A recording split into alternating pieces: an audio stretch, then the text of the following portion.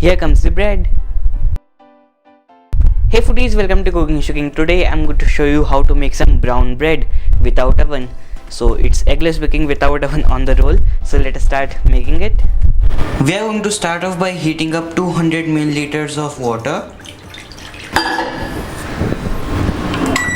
To the lukewarm water, I'm going to add in the sugar, which is 1 tablespoon, and 1.5 teaspoons of yeast. Here I'm using instant yeast, and give it a good stir around.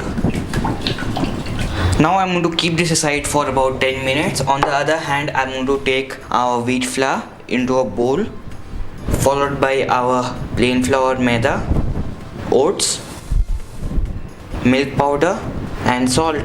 Give this a good mix around. Our yeast is proofed. Now let's mix up our batter. So our dough is clumped. Now let's knead it. So before adding the dough, I'm going to add the butter over here. Now I'm going to add in the oil over to it. Now mix it really well, and we're going to knead this for about 15 minutes, just the way we did our pav. This bread is going to be a little bit dense than usual. Why? Because we are adding loads of wheat flour and very little amount of plain flour maida, which means there's a lack of gluten here. Gluten is a type of protein in the flour which develops while we knead it, and it develops a 3D mesh which captures the air which is released by the yeast. So yeast releases the air, that is carbon dioxide, and the 3D mesh, that is gluten, captures it. So that is the reason of bread being fermented. And how does it ferment? So you can add half a tablespoon of gluten to this for that perfect light and awesome bread.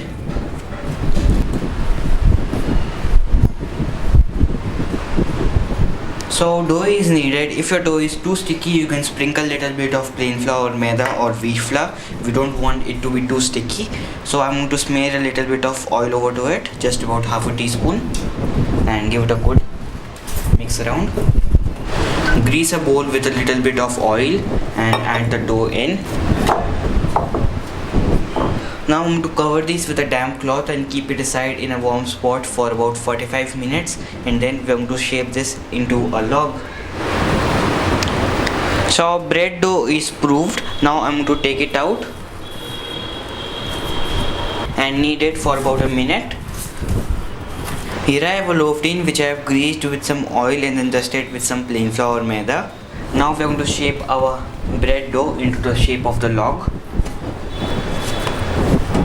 I like to first make a ball and then roll this like this. Like this we get least amount of cracks and creases. So our log is ready. Now this goes inside our tin.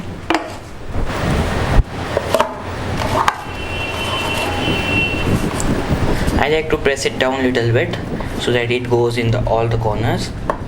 If you like a square bread, you can cover the top of this tin and leave it to ferment. Or if you want an open loaf, just I'm going to drop a little bit of water over here so that it does not dry out when it's fermenting or proving. Now we are going to leave it to prove for about 45 minutes. After 30 minutes, we are going to heat up a tandoor for baking.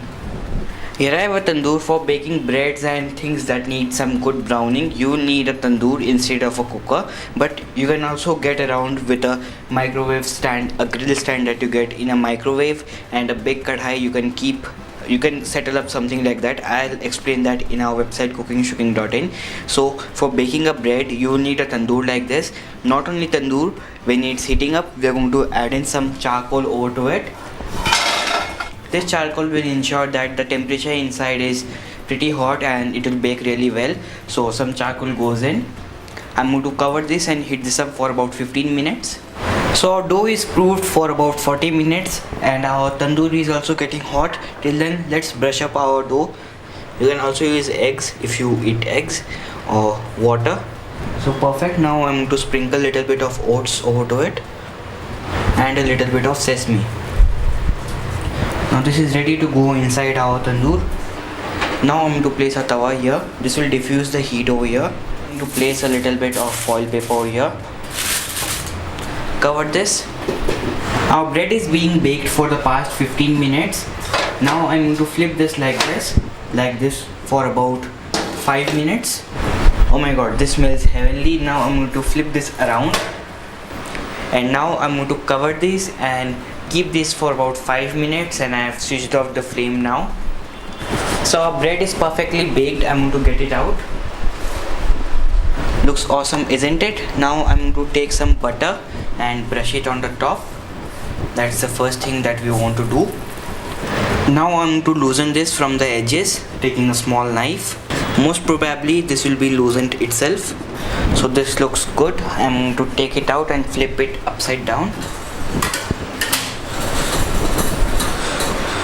And the bread looks good. I'm going to take a damp cloth.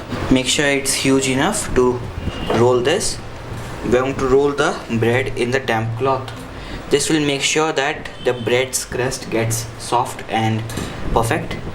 Once your breads are cooled in the damp cloth, transfer them into a plastic bag or a Ziploc bag.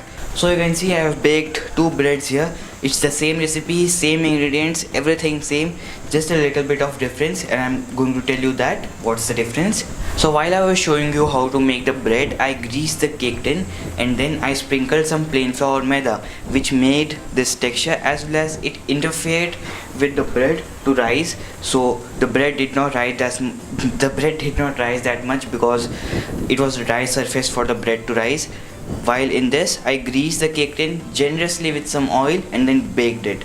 So I have baked a dozen of these in the past 15 days. So that has taught me this. So always grease your bread tin and do not flour it, otherwise you will get this texture, as well as it will not rise that much as much the other one has risen. So that was done intentionally, but it sounds the other way. Lol. Always use a serrated knife like this or a bread knife to slice your bread.